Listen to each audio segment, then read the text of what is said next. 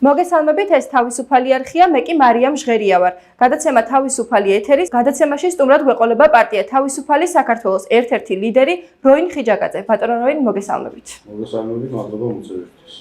ბატონო როინ, დავიწყოთ სანქციების ამბებით, რომელიც ბოლო კვირის განმავლობაში განსაკუთრებულად აქტუალურია, ანუ არა მხოლოდ რა თქმა უნდა, თუმცა თქვენგან მაინტერესებს, რამდენად ეს იქნება საბოლოო დამაგვირგვინებელი დაუშვათ იმისთვის, რომ რაღაც შედეგი მოიტანოს ამ სანქციებმა.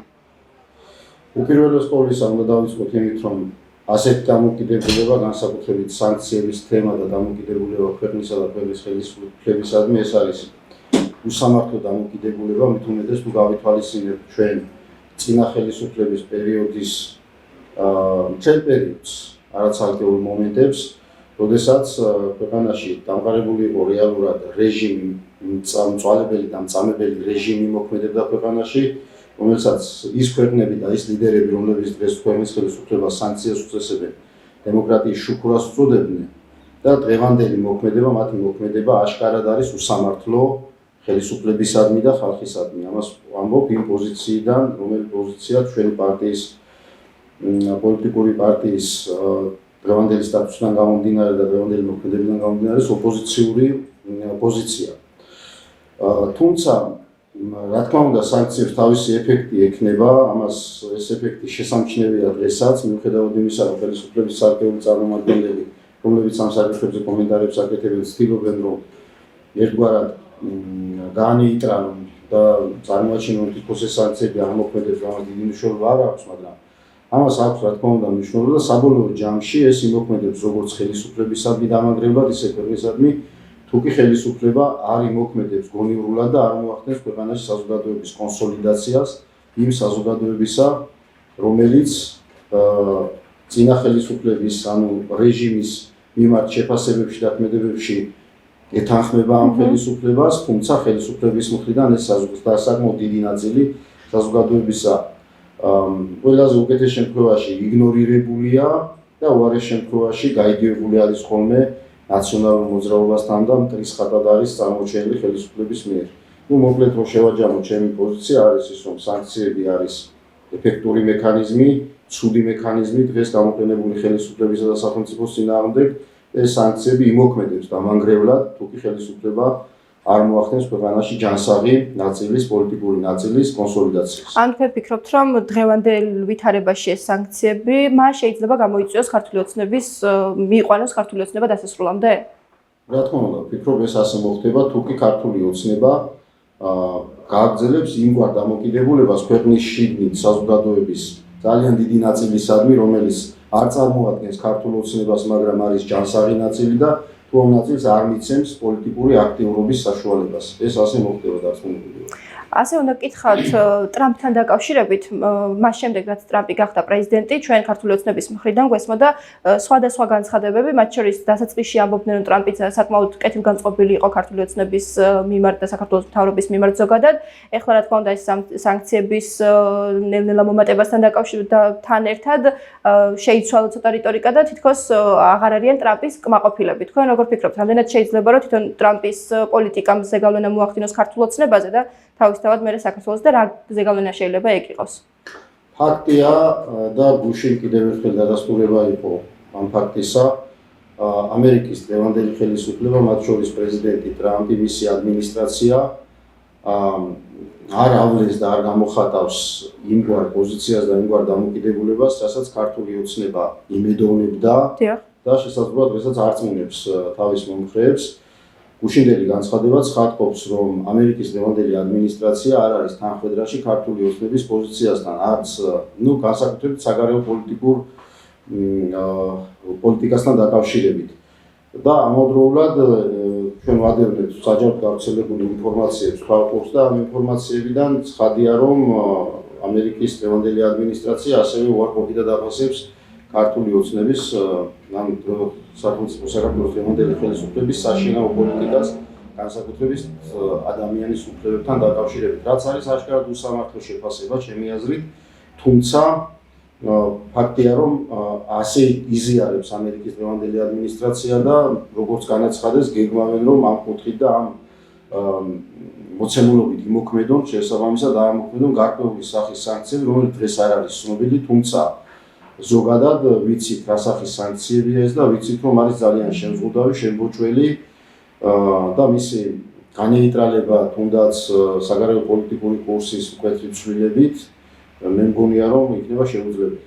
ბატონო, ზოგადად რჩევია ქართულ ოცნებას მსგავსი განცხადებები და შესაძლებელია რომ ქართულმა ოცნებამ ერთადაც გამოვიდეს და თქვას რომ მაგალითად ტრამპი deep state-ის აგენტად შერაცხოს, ესე ვთქვათ. მე ამ თემის და ამ ნარატივის სიღრმეებში ვერ შევალ, იმიტომ რომ მართალი გითხრათ თვალსაჩინო და რაღაცა დამარწმუნებელი განცხადებები deep state-თან დაკავშირებით, განცხადებები რა თქმა უნდა ბევრი მოგესმენია, მაგრამ ის რომ დაარწმუნდე რომ ასეთი რამე ნამდვილად არსებობს და ეს არის უეჭველი და ასეთი რამ არ ვიცი. ეს განცხადება არის განცხადება, რომელსაც დაიჯერებს ვისაც ჯერა, მაგრამ საზოგადოების დიდი ნაწილისთვის ეს დამაჯერებელი არ არის, მაგრამ მიუხედავად ამისა, ცხადია, რომ დამოკიდებულება ამერიკის შეერთებული შტატების, ევროპის ქვეყნების, ეუს ქვეყნების და არა მარტო მათი დასავლური ქვეყნების დამოკიდებულება ქართული დღევანდელი ხელისუფლების მიმართ არის აშკარად უსამართლო და ამ უსამართლობას უნდა დაუპირისპირდეს არა მარტო ცალკე აღებული ხელისუფლება, არამედ ქვეყნის საზოგადოება მთლიანად.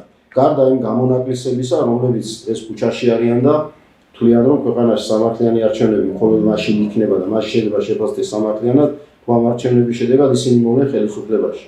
ჩვენ რა თქმა უნდა ამ პოზიციას არ ვიზიარებთ და ამ ნაწილში და ადამიანის უფლებების ნაწილში არ ვეთანხმებით ჩვენ მასშტაბურად და გლობალურად იმ შეფასებებს, რასაც ვისმენთ ამერიკის შეერთებული შტატებისგან, თუნდაც მათი ოფიციალური პირებისგან ან ეუს ქვეყნებისგან. თუმცა ერთ-ერთ შემთხვევაში დარღვევები ხდება და მათზე რეაგირება აუცილებელი არის. აი აქვე მინდა გითხრათ ზუსტად მაგაზე, თქვენ აღნიშნეთ ეს რეაგირება, რომელიც მათ შორის არის ადამიანის უფლებებთან დაკავშირებით.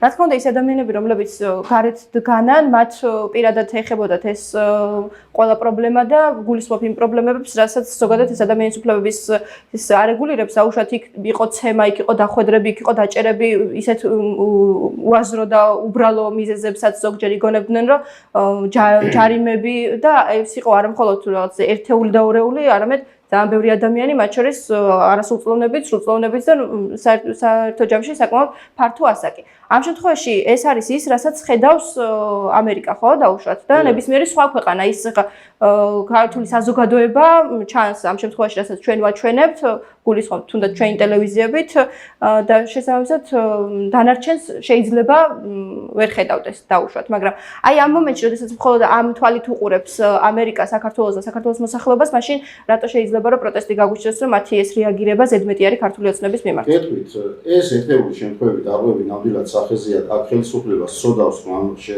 დარღვევებთან დაკავშირებით სამართალდამცავების მხრიდან, სასამართლოს მხრიდან, პროკურატურის მხრიდან, პოლიციის მხრიდან ამ დარღვევებზე რეაგირებას, სათანადო რეაგირებას არ ახდენს. ეს არის ძალიან ცუდი და ამას მე დარწმუნებული ვარ, რომ ეს შემთხვევები რეაგირების გარეშე საბოლოო ჯამში არ დარჩება. ამ ხელისუფლების პირობებში იქნება თუ მის შემდეგ ეს რეაგირების გარეშე არ დარჩება. თუმცა მე ვაკეთებ შედარებას. მე ვამბობ, რომ ადამიანის უფლებათა დარღვევის ფაქტები არ არის ეს ტენდენცია ზოგადად არ არის მასშტაბური და ეს არ არის შეუზღუდავი. ანუ კონკრეტულ შემთხვევებში, როდესაც ხდება ადამიანის უფლებათა დარღვევა, რაც არ უნდა ხდებოდეს, იქ ხელისუფლებას გააჩნია კონკრეტული მოტივი, ამ შემთხვევაში ეს არ ამართებს მის ქმედებას, მაგრამ აქ საუბარი არის მისი პოლიტიკური აქტიური ოპონენტის იმ ოპონენტის, რომელიც თავის მხრიდან დარღვევით მოქმედებს.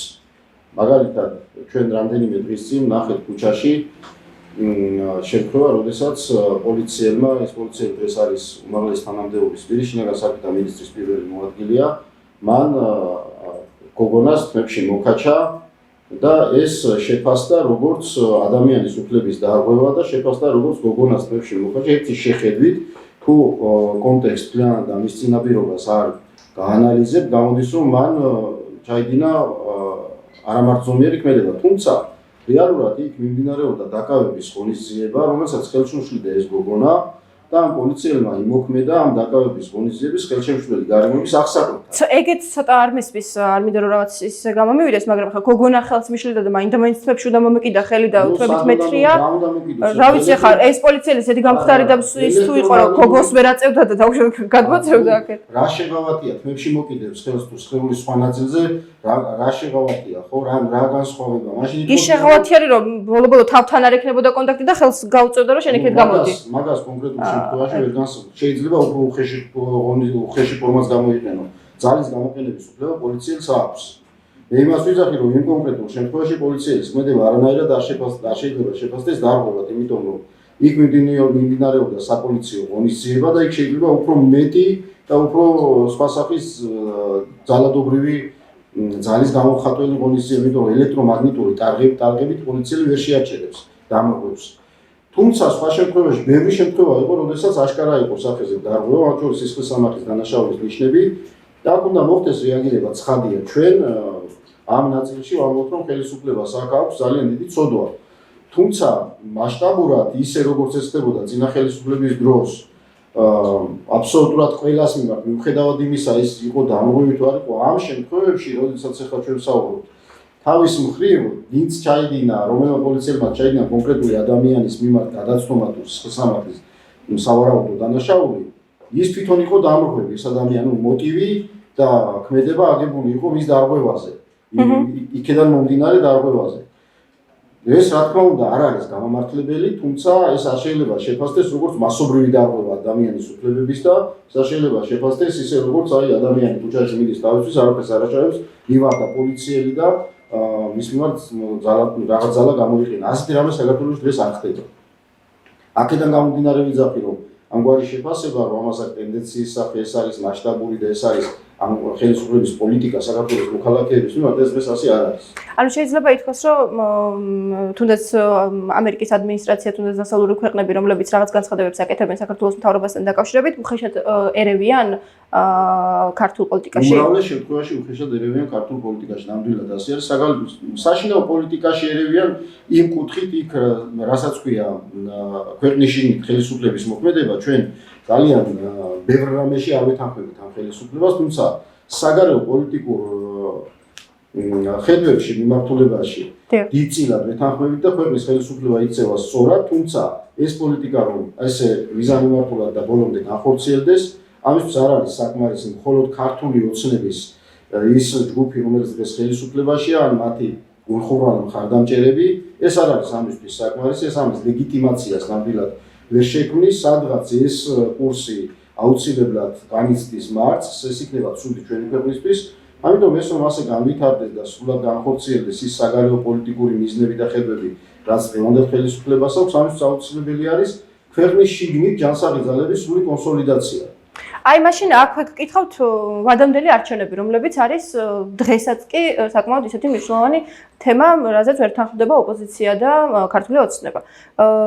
ვიცით, რომ არა მხოლოდ ოპოზიცია, საზოგადოება ითხოვს ვადამდელ არჩევნებს, მას შემდეგ რაც იყო არჩევნები და დღემდე ქართული ოცნება სასტიკ უარზია, რომ ვადამდელი არჩევნები ჩაინიშნოს. მიუხედავად იმისა, რომ ძალიან ბევრი მცდელობა იყო ამისა. თუ არის შესაძლებელი რომ დაუშვათ ქვეყნის შიგნით ეს პრობლემები საერთო ჯამში რაღაცნაირად მოგვარდეს და თუ ვინმე არის ამისთვის მზად რომ დასხდნენ და ისაუბრონ ამაზე, მაშინ რატო არ აკეთებენ და თუნდაც ვადამდელი არჩევნები რამდენად რეალური არის, რატო ამბობს ამაზე უარს ქართული ოცნება. ვადამდელი არჩევნები იმ სახით და იმ ფორმით, რა ფორმითაც ეს მოთხოვნა დღეს დაყენებული აქვს ქუჩაში გამოსულ ეგრეთ წოდებულ ოპოზიციას, რა თქმა უნდა არ უნდა ჩატარდეს. თუმცა ხელისუფლებამ ვადამდელი არჩევნები უნდა ჩაატაროს. კიდევ ერთხელ ვიმეორებ, ხელისუფლებამ უნდა მიიღოს უფრო მაღალი ლეგიტიმაცია, ვიდრე მას დღეს აქვს. დღეს გვაქვს ჩვენ სიტუაცია, როდესაც ხელისუფლების მიერ მტრისხატად დასახული ოპოზიცია, ნაციონალური მოძრაობა და მისი დანამატები, ანასკლეტები თუ ასე შემდეგ არის ხელისუფლების მიერ აღიარებული ოპოზიცია და ისინი ღებულობდნენ მონაწილეობას არჩევნებში. რა თქმა უნდა, ეს არჩევნები დამთავრდა იმ შედეგით, რა შედეგითაც დამთავრდა და ხელისუფლებამ შეძლო დღემდე იმგვარად მოიყვანა, იმგვარად განავითარა ქვეყნის საშინაო პოლიტიკა, რომ პოლიტიკურ ველზე დატოვა მხოლოდ ნაციონალური მოძრაობა, რომელსაც რა თქმა უნდა არავითარი შანსი არ გააჩნია არჩევნებში მონაწილეობის შემთხვევაში. როგორაც არ ჩატარდეს ეს არჩევნები და რა თქმა უნდა გულისხმობ პირველ რიგში კანონის ფარგლებში ჩატარებულ არჩევნებს, მას შანსი არ აქვს, რომ ხელისუფლებას რაიმე კონკურენცია გაუწიოს და მithumedes გაიმარჯვოს არჩევნებში. მაგრამ ამ ესე იგი პოლიტიკური ძალის მიღმა კიდევ ერთხელ მეორე არიან ქვეყანაში ადამიანები, არიან პოლიტიკური, მათ შორის ჩვენი პოლიტიკური ორგანიზაცია, რომელსაც ვერანაირად ვერ მიაკერებ ნაციონალური მოძრაობის იარაღს. და ძალიან ბევრი ადამიანია დღეს პოლიტიკურად განეიტრალებული, რომელი ადამიანიც იბრძოდა ნაციონალური მოძრაობის რეჟიმის დასაწყისიდან 2004-5 წლიდან ბოლომდე, მათ შორის გვერდით ედგა ქართულ ოცნებას არჩევნებში. ბევრი ქარტეხილი ამ ადამიანების კისერზე გადატანილი, ძალიან ბევრი რამ დაკარგეს, ძალიან ბევრი განსაცდელი გაიარეს, მათ შორის იყო რისკები სიცოცხლის ჯანმრთელობის, ქონების დაკარგვის და ასე შემდეგ. და ეს ადამიანები დღეს ქართულ ოცნებას მინიმუმ განეიტრალებულები ყავს. ანუ მათ ასე თუ ისე არ ეძლევათ პოლიტიკური აქტიურობის საშუალება. მაქსიმუმ შეიძლება იყოს ქართული ოცნების რიგითი აქტივისტი. მეორეს მხრივ, ჩვენ დღეს ვხედავთ ძალიან ბევრ შემთხვევას, როდესაც ადამიანები, რომლებიც იყვნენ აი იმ რეჟიმის წარმომადგენლები, მათ სახე იყვნენ, აქტივისტები იყვნენ, ძალადობრივი მოქმედების წამხალისებლები, პოლიტიკური თუ იდეოლოგიური მხარდამჭერები, ეს ადამიანები დღეს ბევრი მათგანი ქართულ ოცნებაში არის და ოცნების სახეა დღეს. ამავდროულად ძალიან დიდი განუკითხაობა და უსამართლობის შეგრძნება არის, როდესაც ჩვენ ხვალს გადავავლებთ სამართალდამცავ სისტემას, სასამართლო სისტემას. ეს ყველაფერი ძალიან ცუდად მოქმედებს. რა თქმა უნდა, ამის გამო ჩვენ არ გავხდებით ნაციონალური მოძრაობის მომხრეები და მხარდამჭერები, თუმცა ვერ ვიქნებით ამ თვალსაზრისით ვერც ქართული ოცნების მომხრეები. ჩვენ დამოუკიდებელი ისეთ რომ ავიღოთ, ცალკე პოლიტიკური ერთეული ვართ, პოლიტიკური პარტია და ჩვენი ხედვები გაგვაჩნია, რომელიც განსხვავდება ძალიან ბევრ საკითხში ქართული ოცნების პოლიტიკური ხედვებისაგან, ამიტომაც ცალკე ორგანიზაცია. კი, 13 წელია ქართული ოცნება არის და მაშინ ამდენი ხანი არა ვარ ქართული ოცნების შემადგენლობაში. ვერ გავხდებით, რა თქმა უნდა, ნაციონალური მოძრაობის მომხრეები და არ შეიძლება რომ ჩვენ მათთან ვიყოთ ასოცირებულები, მაგრამ ეს იმას არ ნიშნავს, რომ ავტომატურად ჩვენ ქართული ოცნების მხარდამჭერები გავხდებით, თუ კი რაიმე მოხდება ქვეყანაში ისეთი პოლიტიკური კატაკლიზმი, სადაც ჩვენ შესაძლებლობა გვექნება, რომ დამოუკიდებლად ვიმოქმედოთ. ცხადია, ძალიან ბევრი საკითხი არსებობს, რომელზეც შეიძლება ქართულ ოცნებასთან მათი სურვილის შემთხვევაში ვისაუბროთ, მათ შორის ვადამდელ არჩევნებთან დაკავშირებით, რომელ არჩევნებშიც უნდა გააკეთოს ხელისუფლებამ, შეძლოს ეს ქვეყნის ინტერესებს სჭირდება, რომ ჯანსაღი პოლიტიკური ძალები და პოლიტიკურად აქტიური პირებს მიეცეთ შესაძლებლობა თავისი შესაძლებლობები, თავისი დამოკიდებულებები, თავისი პოლიტიკური ხედვები მიიტანონ ამორჩევლამდე, აქ გულისხმობ ტელევიზიებს, აქ გულისხმობ სხვა საკომუნიკაციო საშუალებებს და ამავდროულად ჩვენ მომხრე ვართ, რომ იმ რეჟიმის წარმომადგენლებმა, რომლებსაც ძალიან მძიმე დანაშაულები ჩაიდინეს და დღეს ბევრ მათგანს პასუხიც არ უგია, ესენი უნდა იყვნენ გარიდებულები და ეს პოლიტიკა და ეს მიზანი, რომ მათი პოლიტიკიდან ჩამოშორება მოხდეს სწორია და ამას ქართულმა ოცნებამ უნდა მიაღწიოს. თუმცა ამის პარალელურად უნდა გააკეთოს ისიც, რომ ამდენად უნდა ჩატარდეს ვადამდელი არჩევნები და ამ არჩევნებში მიიღონ ჯანსაღმა ძალებმა მონაწილეობა. ამისი უზრუნველყოფის საშუალება ქართულ ოცნებას აქვს, ეს იქნება სამართლებრივი თუ ტექნიკური თვალსაზრისით ამის შესაძლებლობა ნამდვილად არსებობს. მე მგონია, რომ ასე მივიღებთ ჩვენ მართლაც საზოგადოების კონსოლიდაციას და ასე მივიღებთ ჯანსაღ ოპოზიციას, რომელიც აუცილებლად ჭირდება ხელისუფლებას და ასე იქნება ქვეყნის შიგნიდან ერთიანი პოზიცია წარდგენილი გარე აქტორებთან, რომლებიც დაინახავენ, რომ ამ ქვეყანაში მართლაც არ ხდება ისეთი რაღაცა, რასაც ისინი დღეს აბრალებენ ქვეყანასაც და ხელისუფლებასაც. ბატონ რაინაი, თქვენ ახსენეთ, რომ აი დავუშვით ისეთ პარტიები, თუნდაც მცირე პარტიები, როგორიც არის, მაგრამ რო არც ქოცი, არც ნაცი, რაღაცნაირად გარიდებული ყავს ქართულ ოცნებას. ამასთან თითქოს ხელოვნურად შექმნა ის პოლიტიკური ველი, რაც არის დღეს საქართველოში, ქოცი, ნაცი. და თუ დღევანდელი დაუშვათ მოთხოვნა რაც არის ადამიანელი არჩევნების ჩანიშვნა, ისედაც ნათელი არის რომ ქართული ოცნება გაიმარჯვებს ამაში, იმიტომ რომ ნაცინაცია და დანარჩენი არსად არ ჩანს, მაშინ ჩანიშნოს და მისი ეს რაღაცა ლოგიკა რაში არის მაგათი რომ დაუშვათ ამ ვითარებაში არ ნიშნავს ადამიანელ არჩევნებს, თუ ისედაც ყველაფერი ნათელია. ადამიანელი არჩევნები იმ პირობებით და იმ მოთხოვნის ფარგლებში რაც დაყენებულია არ უნდა დაინიშნოს. რასაც დღეს ნაციონალური მოძრაობაზე, მათი მიზანი არის ადამიანელი არჩევნები კი არა ხელისუფლებაში მოსვლა.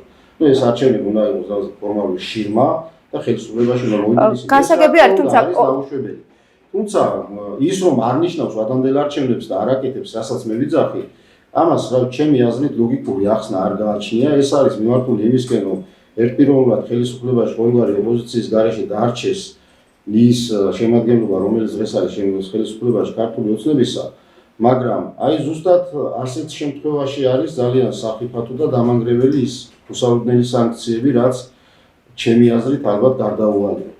აქვე გკითხავთ უკვე წლის ბოლოს გვექნება ადგილობრივი არჩევნები და ამასთან დაკავშირებითაც ოპოზიციის მხრიდან გვესმის სხვადასხვა განცხადებები, ზოგიერთი მათგანი ფიქრობს, რომ უნდა მიიღოს მონაწილეობა და აპირებს მონაწილეობას, ზოგი მაგალითად ესეთი არის გახარია და მისი გუნდი, თუმცა ზოგიერთები ამბობენ, რომ არ აქვს ადგილობრივ არჩევნებს მნიშვნელობა და რაღაც მონაწილეობის მიღების მნიშვნელობას ვერ ხედავენ. როგორ ფიქრობთ, რამდენად მნიშვნელოვანია ოპოზიციის ჩართულობა ადგილობრივ არჩევნებში? ჩვენ ვფიქრობთ, რომ ადგილობრივ არჩევნებში მონაწილეობა უნდა მიიღოს ყველა ჯანსაღად მოაზროვნე ადამიანმა, ოპოზიციურ ველზე მოქმედმა პოლიტიკური პარტიის თუ დამოუკიდებელი საქმიანობის მონაწილეობას უნდა მიიღოს მონაწილეობა. ვინც არ იღებს მონაწილეობას, ცხადია, მათი მიზანი არ არის არჩევნებში მონაწილეობა და არჩევნების გზით რაიმე შედეგის მიღება. მათი მიზანი არის არა ადგილობრივი არჩევნები, არამედ ხელისუფლებაში მოსვლა ქვეყანაში. ამიტომ ამას არჩევნებით გააკეთებენ თუ რევოლუციით მოახდენენ, მათი სულ ერთია.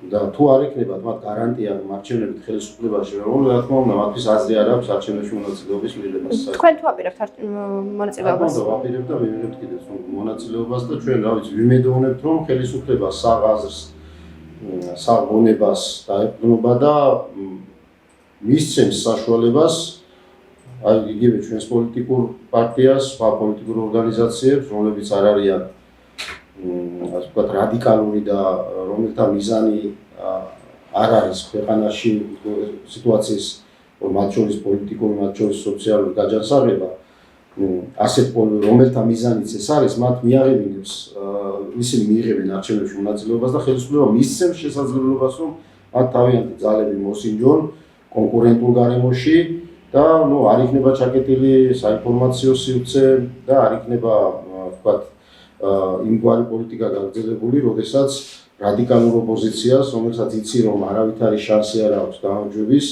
კვლავ უთმობ მთელ პოლიტიკურ ველს და არ იძლევა ამ დროს საშუალება სხვა ძალებს თავიანთი შესაძლებლობები გამოავლინა. ანუ თუ ოპოზიცია ბოიკოტს გამოუცხადებს ადგილობრივ არჩევნებს, თქვენ აპირებთ რომ იქვე ქართულ ოცნებასთან და მაგალითად გირჩთან ერთად მიიღოთ მონაწილეობა?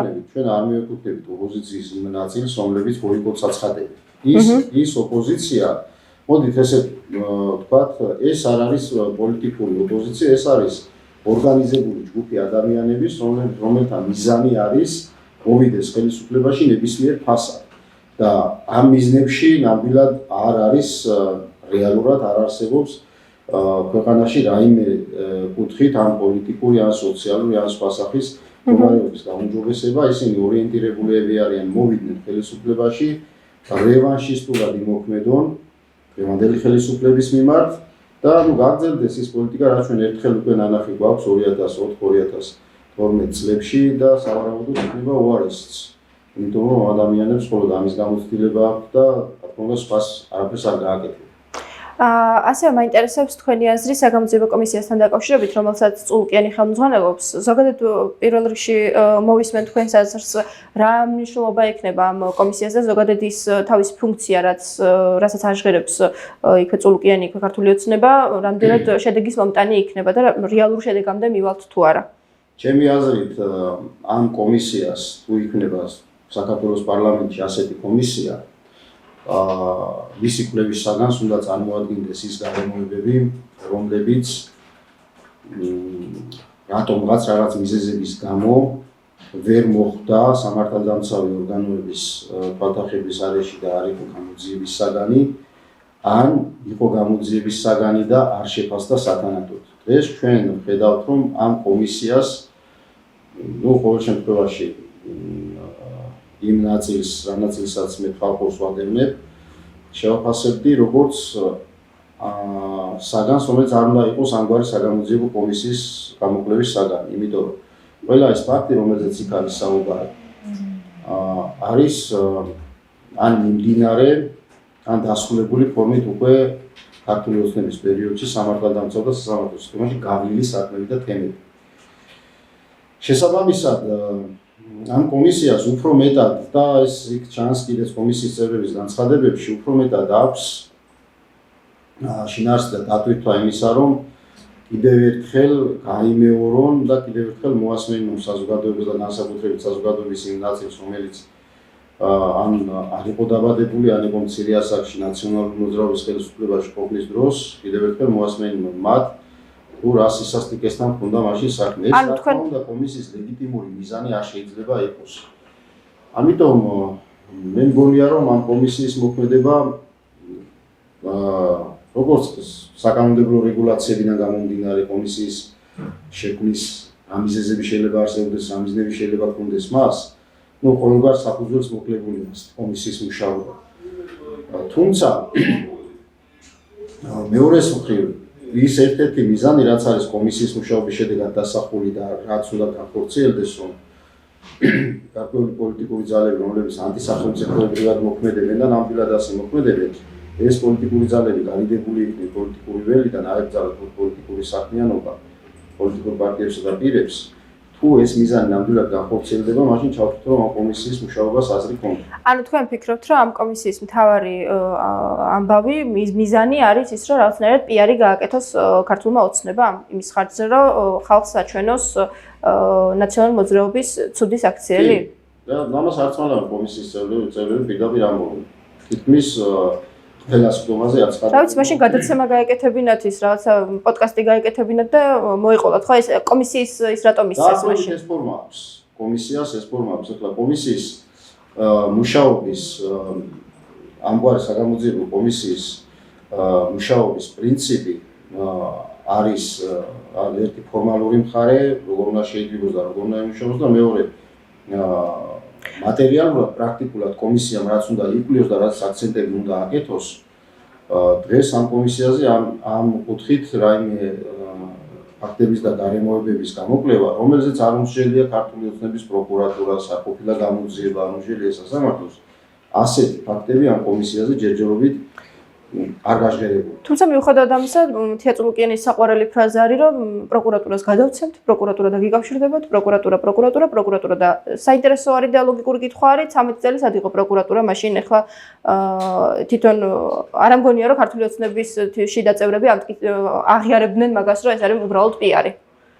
არა, რა თქმა უნდა, თუ ამ კომისიის შედეგად რომელიმე იმ საქმეზე, სადაც იყო მსჯელობა, აი მაგალითად, თუნდაც დღეს მე უსმინ ერთ-ერთ გამოსვლელს, რომელიც იყო მსხვერპლი წინა ხელისუფლების რეჟიმის 2010-12 წლების პერიოდზე იყო საუბარი და მე დამჭა აშკარად განცდა და შტაბის-დილება, რომ იმ დანაშაულებზე, რომლებიც ამ ადამიანის მიმართ განხორციელდა, რეაგირება იყო აშკარად არასათანადო და არასაკმარისი. უკვე ქართული ოცნების ხელისუფლების მხრიდან. თუ კი ჩვენ ვნახავთ, რომ რაც მე არ ამგონია ასე მოხდეს, რომ ეს რეაგირება კიდევ დავუშვათ გაგრძელდება, პროკურატურა დამატებით იმსჯელებს და ამ შემდეგ ის სამართლებრივი საშუალებებიც მე მგონია, რომ პროცედურულად არ არსებობს დღევანდელი კანონმდებლობით, მაშინ შეიძლება ჩავთვალოთ, რომ ამ კომისიამ თავისი მუშაობის მიზნები და დანიშნულება მიზნების მიაღწია დანიშნულება შეასრულა. მეორეს მხრივ თუ აი კიდევ ერთი საკითხი, რაც ამ კომისიის მუშაობასთან დაკავშირებით უნდა ითქვას, არის ის, რომ ყოველ კონკრეტულ შემთხვევაში, როდესაც ნაციონალური მოძრაობის რეჟიმის დროს დასამართებულ ადამიანებთან, მათ შორის უკანონოდ შეფარდებული წინააღმდეგობის ღონისძიება, საპატიმრო ღონისძიებები, თავისუფლების აღკვეთა და სხვა სახის სანქციები განხორციელდა უკანონოდ უსამართლოდ, იქ სადაც მაგალითად პროკურორმა ზუსტად იცოდა, რომ ასე არ უნდა მოქცეულიყო გამომძიებელმა, იცოდა, რომ ასე არ უნდა მოქცეულიყო ადამიანს უდანაშაულო შიდა უსამართლო იცოდა, რომ არ იყოს საკმარისი საფუძვლები დანაშაულის გადასტურებისთვის, მაგრამ მაინც სასჯელს უშიდა ადამიანს. როდესაც ასეთი ფაქტები ვლინდება, ჯერჯერობით არ გამიგია კომისიას ყურადღება გაემახვილებინოს აი ამოძიებლის პროკურორის მოსამართლის ქმედებებზე. ნუ მოსამართლეები ახლა ძირითადად რაც იყო ნაციონალური მოძრაობის დროს იგივე არის ქართული ოცნების დროს და ახლა მაშინ თავისიანი უნდა გასაგებია და ეს ადამიანები აგრძელებენ მინიმუმ იმ პოზიციებზე მუშაობა, სადაც იყვნენ, მაქსიმუმ დაწინაურებულები არიან. ასეთ შემთხვევაში თუ ნახავთ, რომ ეს ყველაფერი ასე დარჩება, რა თქმა უნდა, ვიტყვით, რომ ამ კომისიას ჰქონდა არა კანონით განსაზღვრული მიზანი, არამედ სულ სხვა მიზანი და ხედავთ, რომ სავარაუდოდ ასეა, იმიტომ რომ აქცენტები ჯერჯერობით არ კეთდება, მნიშვნელოვანი აქცენტები არ კეთდება იმ მთავარ ფიგურანტებზე, რომლებიც აგვიგვინებდნენ უსამართლოდ დაწყებულ საქმეებს. კი ბატონო. ბატონ რაინ, ბოლო კითხვაც მექნება თქვენთან რუსეთ-უკრაინის ომი დღემდე აქტუალური თემა არის, მნიშვნელოვანი თემა არის არა მხოლოდ მსოფლიოსთვის, არა მხოლოდ საქართველოსთვის, ზოგადად მსოფლიოში და მაინტერესებს რამდენად საბოლოო მე მგონი მიდის ბოლოსკენ და აი შედეგი მაინტერესებს, როგორ ფიქრობთ ზოგადად მსოფლიოსთვის და ჩვენთვის რა თქმა უნდა მნიშვნელოვანია საქართველოსთვის რა შედეგის მომტანი არის ეს. უპირველეს ყოვლისა საქართველოს ხელისუფლების პოზიცია და დამოკიდებულება უკრაინის ომისადმი დღეს არის ქვეყნის ინტერესებიდან გამომდინარე და მიგვაჩნია, რომ ეს არის სწორი პოზიცია. თავის მხრივ რუსეთ-უკრაინის ურთიერთობაში მე ვფიქრობ, რომ უკრაინა გახდა იმაზე უარესი პროვოკაციის მსხვერპლი, ვიდრე საქართველო 2008 წელს და როგორც მოგვივიდა ჩვენ მაშინ, იყო ესეთი მაშინდელი ოპოზიციური ლიდერები ამბობდნენ, რომ ქართული გამონათქვამი არის, გააქეზეს მურია და შეეჭამეს დათვსაო, ესე მოგვეცდნენ ჩვენ მაშინ. და ასე ამისი მსხვერპლი არის უკრაინა დღეს. ნებისმიერი შედეგი, რომელიც დიდი ალბათობით დადგება, ეს იქნება უკრაინისთვის საბოლოო ჯამში ძალიან ცუდი და დამანგრეველი შედეგი. იმიტომ რომ სხვა შანსი დღეს არ გააჩნია უკრაინას თვითონ სახელმწიფოს თავისი ძალებიდან გამომდინარე, ხოლო საჯარო წყაროებში არსებული ინფორმაციებით, მათ შორის სპეციალისტების ანალიზით ცხადი ხდება, რომ უკრაინელებს დღეს მხოლოდ იმ ძალებით უზრუნველყოფენ, უბრალოდ იმ საშუალებებით უზრუნველყოფენ, რაც უბრალოდ სესხად აქვთ. ხო, ჯერ ერთი სესხია, მაგრამ მეორე საშუალებას აძლევს უკრაინას სახელმწიფოს, რომ გაუძლოს რუსეთის სახელმწიფოს დამანგრეველ ვთქვათ ომს რუსეთის მხრიდან, გაუძლოს ისიც ბოლომდე არა, იმიტომ რომ ცხადია, თუ დღეს შეწყდა კონფლიქტი, უკრაინის თითქმის ნახევარი რუსეთის სახელმწიფოს არა დავუშვათ აღიარებული იურისდიქციის, მაგრამ მათი ფაქტობრივი ფაქტობრივის და მათი მხრიდან მათივე იურისდიქციის ქვეშ ექცევა. გამოდის, რომ ყველა შემთხვევაში უკრაინა ამ ომში არა მარტო დამარცხდა, არამედ დაზარავდა და დღეს გავრცელდა ინფორმაცია, რომ ომის შეწყვეტის ერთ-ერთ პირობად და მემორანდუმის გაფორმების ერთ-ერთ პირობად რუსეთის სახელმწიფოს ხელმძღვანელი, რუსეთის პრეზიდენტი აყენებს უკრაინაში ახალი ხელისუფლების მხრიდან უკრაინის ახალ ხელისუფლების მხრიდან ხელმოწერას, ანუ უკრაინაში უნდა შეიცვალოს ხელისუფლება. ცხადია, ეს ცვლილება ვერ იქნება იმ სახის ცვლილება, რომელიც დღეს უკრაინის დღევანდელი ხელისუფლებისთვის იქნება სასარგებლო. ანუ დიდი ალბათობით უკრაინის ხელისუფლება იქნება ის ხელისუფლება, რომელიც რუსეთის გავლენის ქვეშ იქნება თავიდანვე მოქცეული. ბატონ რაინ, მან რუსეთი ხელოვნურად დაუშვათ შექმნა თუ არა მაგ ვითარებას, რომ მე მინდა და მაგიტო ჩავერევი თქვენ შიდა პოლიტიკაში, რა თქმა უნდა ომის შემდეგ ვიძახი. ისედაც მე მგონი ეგ ცალსახა იქნებოდა, რომ ისედაც ბევრი განცხადება იყო ომის დაწყების პერიოდში და დღემდე, რომ ზელენსკის ეს გადაწყვეტილება და მოქმედება, რაც საბოლოო შედეგი გამოიღო, არც ისე სწორი იყო და არც ისე კარგად მოიქცა. ანუ თვითონ უკრაინელი ხალხი ხო არ გამოიტანდა მაგ შედეგს, რომ ზელენსკი და თავისი მთავრობა თავისთავად ჩამოშორდებოდა. დარწმუნებული ვარ, დღეს თუ უკრაინის ხალხს მიეცემა არჩევნებში თავისუფალი ნების გამოხატვის საშუალება, არავითარ შემთხვევაში არ აირჩევენ იმ ხელისუფლებას, ან ზუსტად ხო, მაგის კითხვა მინდა ზუსტად. უკრაინის ხელისუფლებაში დარწმუნებული ვარ, იმიტომ რომ აი ეს არის ზუსტად ის, რასაც ქართულმა სახელმწიფომ ამ ხელისუფლების პირობებში არიდა თავი, არ წამოიღო